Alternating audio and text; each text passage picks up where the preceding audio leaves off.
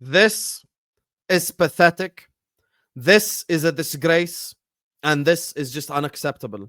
Liverpool have just lost 2-1 to Manchester United at Anfield, ladies and gentlemen. So it wasn't even at Old Trafford. It wasn't away from home. It was at Anfield. Bismillah ar-Rahman ar-Rahim. Hello, everyone. Welcome back to the channel. Get ready for some hard-hitting realities, some hard-hitting truths about this team right here, because we're going to talk about this game. Let me get this off my screen before I break something. Yeah, we're here to talk about Liverpool 2, Manchester United 1, ladies and gentlemen. And yeah, we're here, guys. So who shall we scapegoat today, chat? Let's all decide together. Who do you want to scapegoat? You tell me. Do we scapegoat Gakpo this time? Do we scapegoat Isak? Do we talk about 0010 Verts? Do we talk about Salah?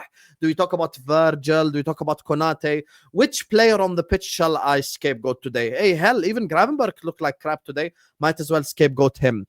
And instead of addressing the elephant in the room, by the way, they laughed at me all international break when I brought up the tactics board, when I spoke tactically, when I said everything that's wrong with this team. We can sit here and we can talk about symptoms as much as we want. We can talk about everything that's happening wrong at this football club. We have to address the root cause. The root cause of the issue is Arne Slot in this moment in time. He's the one that's putting these players out there in a system, in a style that does not work. Arne Slot fixed his mistake. Okay, why make the mistake in the first place? What has Jeremy Frimpong done wrong at right back? Hint to everyone in the chat, nothing. He's actually defended really well. He's attacked really well. He's done nothing wrong. What does Federico Chiesa have to do to start a game of football? By the way, once again today, an assist. What has Federico Chiesa done wrong? Hint, chat, nothing. What has Florian Wirtz done to be benched? Nothing. But instead, we went to the same exact midfield with Isak on the football pitch. And then people come here and go like, Isak should have scored. Yeah, Isak should have scored. But why is my 120 million pound player on one big chance created for him the whole game?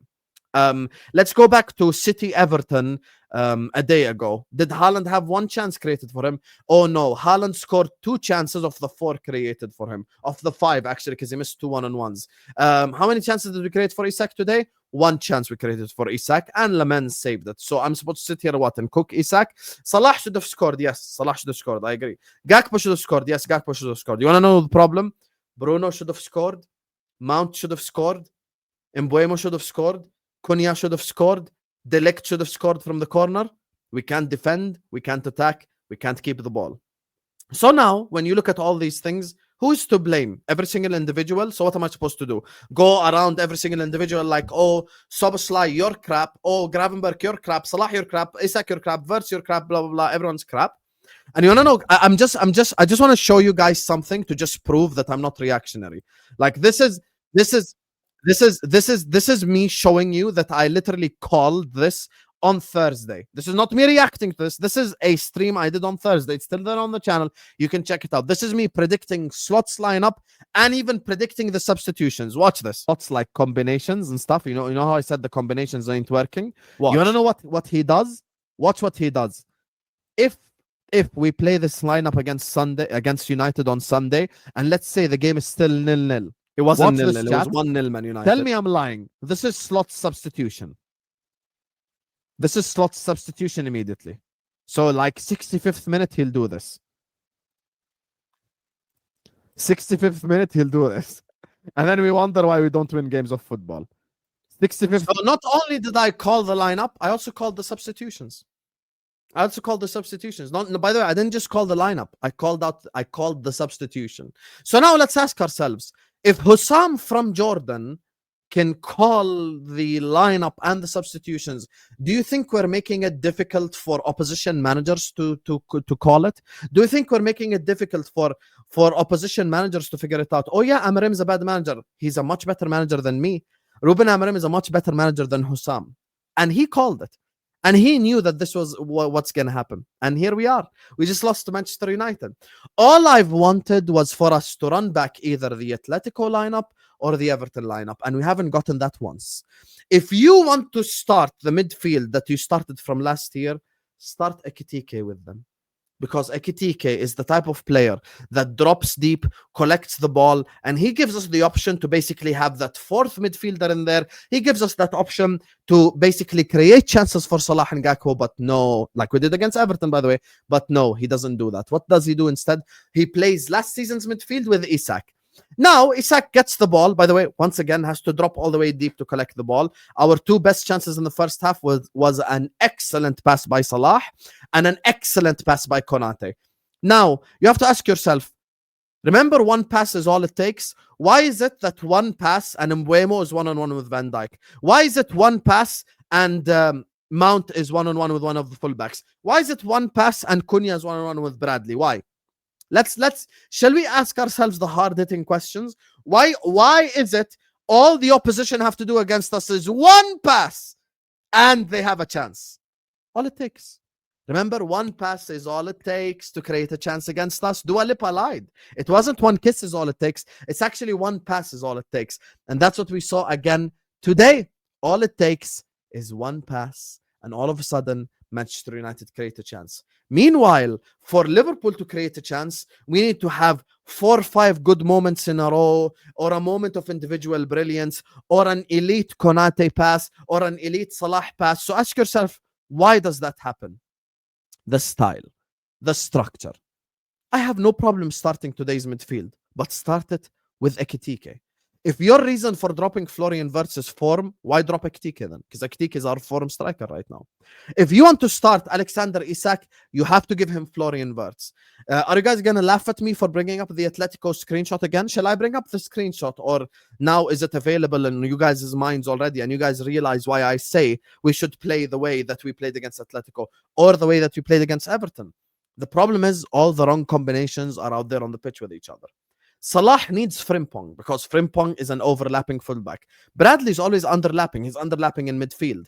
I think Arne Slot needs to put this PSG thing completely in the bag. Stop being obsessed with Paris Saint-Germain. We cannot replicate that style of football. We cannot replicate how PSG play. We don't have the technical available midfielders to play the way that PSG played football. We just don't. We don't have the facilities. We don't have the players to replicate PSG ball. We don't have Vitinha. We don't have Fabian Ruiz. We don't have those players. We don't have Nuno Mendes. We don't have Hakimi. We don't have 3 wingers who can interlink with each other. The question is, if you wanted to play this style of football, the $1 million question, why sign Florian Wirtz to begin with? I could have saved myself 30 million from the 100, and for 70 million, I could have bought Adam Wharton. All of a sudden, I have that possession-based midfielder. We can sit here and we can blame individuals until the cows come home. And guess what? I am blaming individuals. Salah should have scored. Isak should have scored. Gakpo should have scored. No problem. But in the other end, Man United could have scored 4 or 5 goals from the chances that they had. And they did score. And they scored twice. They were more clinical than us. Manchester United just got their first ever back-to-back win under Ruben Amorim. I say that again for the people at the back. Manchester United just got their first ever back-to-back wins under Ruben Amorim. First ever time, by the way.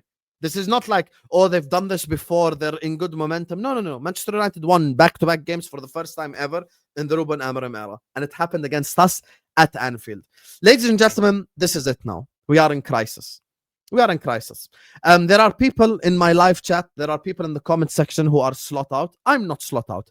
I am slot fix this. Because he has all the tools. He has all the tools necessary to fix it. He has all the tools required to fix it. He has all the tools that he needs to fix the mess that he himself created. No one else created this mess. I didn't create this mess. The players didn't create this mess. He created this mess. If you want to play with last season's midfield, start Ekitike. If you want to play with the new midfield and Isak, you have to play Florian Wirtz. Drop one of McAllister or Szoboszlai. It's not difficult. And even when you bring on attacking options, you do realize, Arnie, you need a player on the pitch to pass to the attacking options. We brought all the attacking options on with Curtis Jones, basically the only midfielder in the team because Szoboszlai was playing right back. By the way, Curtis Jones is the only player for me on the football pitch that I clap for. And Ekitike, when he came on, I thought he was a great spark. Curtis Jones actually had a very good game.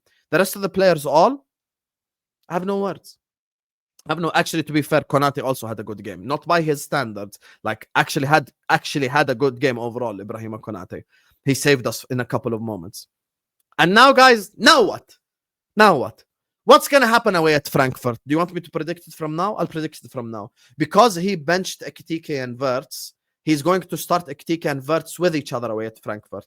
So he's going to start Verts in the 10 with Ekitike there, and then Verts and Ekitike will bump into each other, and then we're going to have people in the chat talking about 0011. Oh my God, Verts went 11 games without a goal, without an assist. Oh my God, talk about Florian Verts, talk about this guy, talk about this guy.